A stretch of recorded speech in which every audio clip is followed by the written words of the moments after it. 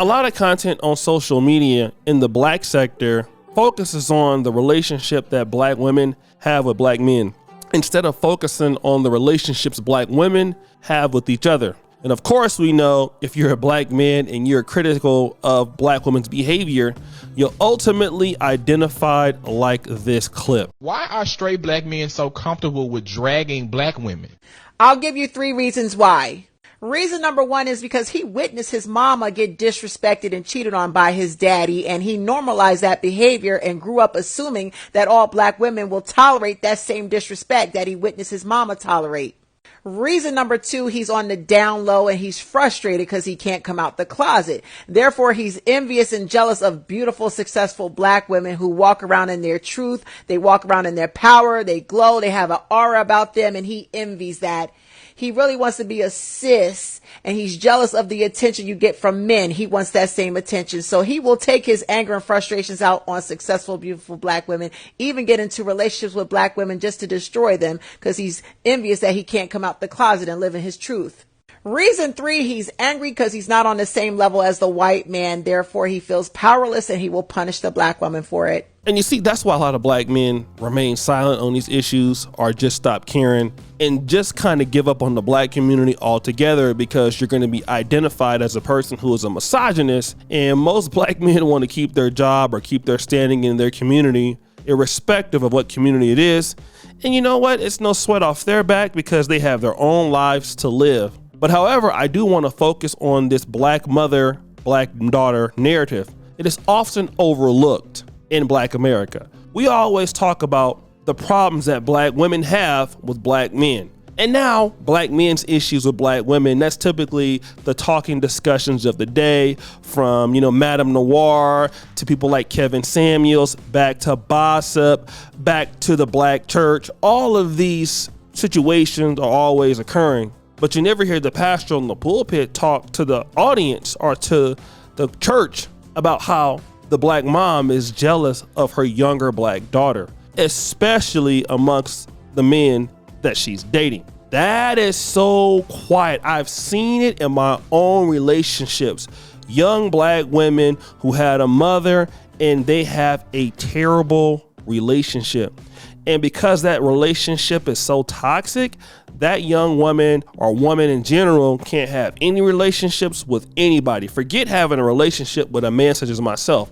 How many black women who are toxic can't have any relationships with black women that are meaningful, period? They fight with amongst their friends, they fight amongst their family, and of course, they end up running to a guy for refuge, end up getting pregnant, can't hang out with him. But these problems are often overlooked. But today we're going to talk about it. Rewind, Emma! So there's a story that was going around that Mr. Brother Mark Cruz sent me. And remember what Dr. Umar said about black women making bad decisions. But I'll get to that in a minute. There is a situation where you have a black woman who ended up liking her daughter's boyfriend. Well, let's see what actually happened, and then I'll come back. Pregnant, and my daughter Shekinah Glory is pregnant too. We're pregnant by the same man, Ezekiel, her boyfriend, the one I gave some tail to on his 18th birthday. I'm mad at Shekinah Glory. I can't stand her. Like, really, that's my daughter, but for real, my heart ain't there with her. For one, she up here getting pregnant by Ezekiel, knowing Ezekiel is no good. Ezekiel can't take care of himself. Ezekiel don't have a pot to piss in or a window to pour it out of. At least I'm getting married to little lunatic. I'm so disappointed in you, Shekinah Glory. Get out my house. But then I want to go back to that Dr. Umar Johnson's classic interview on Daily Wrap-Up Crew when he said that black women make bad decisions because of black men. I don't want to go ahead and play that clip again. Rewind, Dima! Over here, I want to say this to us, though. Because we try to act like the way sisters treat us doesn't have a history that we are not at least partly responsible for. Let's be honest. The black woman has had to hold down the black house by herself, although imperfectly. She's had to do it by herself since the mass incarceration of black males began in the 1970s. You understand me? Most of our children are raised by a single mother right now. And it has been that way for about 50 years. So when a sister says, I don't need a man, because she couldn't find one strong enough to hold her down. Or when you meet a woman and you say, sister, I'm strong enough to be your man. You ain't got to work or you ain't got to pay the bills or whatever. Pull back. I got you. And she can't do it because all the other men before you who disappointed her. So what I'm saying is, black men, we got to be patient with our women because we created that personality. We created that. And then we want to act like we didn't play a role. We have to be held accountable for their poor selection. No, you have to be held accountable. No, you have to be held accountable because they have a poor selection. See, what you're saying, you're selecting a poor mate. And what I'm saying is they don't have much to select one, so of course she's going to end up with a poor mate. And why is she going to end up with a poor mate? Because we as black men are not raising black boys to be the men that our women need. So according to Dr. Umar Johnson, that situation happened because there were no good black men around. And this black mom who hates her daughter and is actually in a relationship with somebody else, her and her daughter got pregnant by the same man and somehow that is black men's fault. But then there's more. I was checking out this particular YouTuber. Her name is Brini Lee. She's out of the UK and she has a video called Signs Your Mother is Toxic.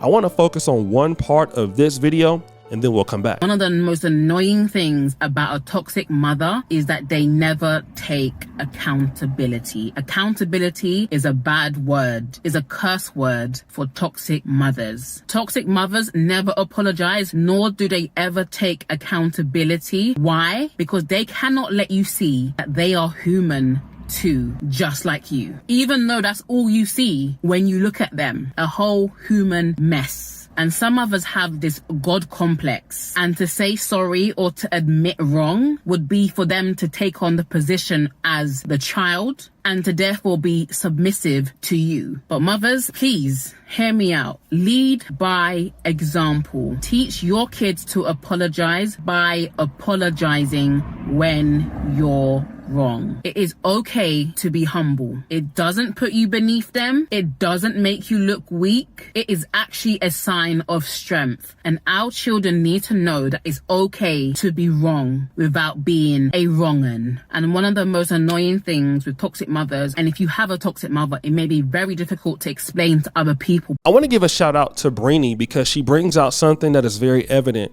and that is unaccountability. And if you can remember the clip the lady was talking about, she was saying like she's sad that her daughter got pregnant by this guy. He can't even take care of herself and she's crying. But wait a minute, you just got pregnant by the same guy. So on what moral high ground do you live in or do you dwell in? In fact, what fucking universe are you in, period, for you to even make that kind of statement? And see, this is why a lot of black women and and I'm talking about younger women, right? They don't have a lot of respect for their moms because when they see, and I'm not saying every mom, but people who live in these situations, the mom is trying to instruct the daughter, but clearly the mom is not living to the standard of the life. And the daughter sees that lady as a hypocrite because you're engaging in the same behavior as the daughter when in fact you should be a leader and you should be much older. Yeah, you shouldn't be having, let's say different guys in the house or going to the club or, dropping off the kid at grandma's house. But then you're trying to act like you're the mother and the kid needs to listen to you. But then the daughter don't have no respect for you. And then that level of toxicity, when you send that daughter out in the world and she interacts with black men, now you're giving that black man something to deal with that he shouldn't need to deal with. And then you're going to blame him because the daughter is acting up and she has all these bad behaviors. And now if the black man don't want to be with her and he wants to be with the white woman, all of a sudden he's wrong. Now, I'm a pro-black and I'm definitely for fixing our people. But at the same time, you got to have a level of accountability from black men and black women to get it right.